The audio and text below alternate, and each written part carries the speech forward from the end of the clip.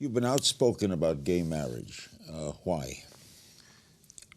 It's one of the only issues that I can think of right now that's entirely black and white.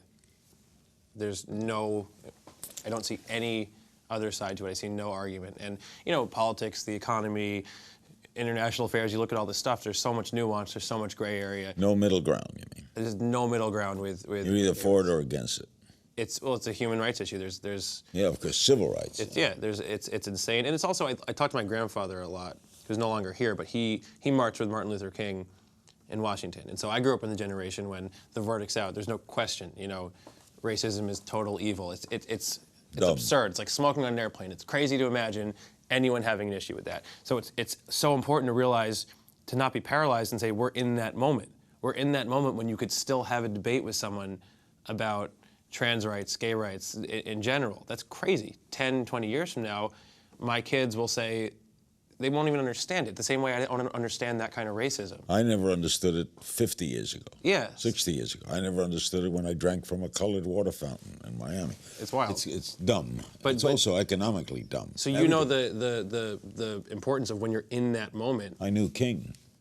That's incredible. So it's important for me to recognize we're still in that moment, so you have to be loud.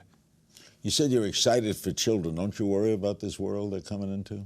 Yeah. Do you have children? No, I want to have children. Do you have children?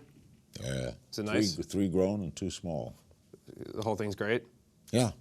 There's nothing stressful about it?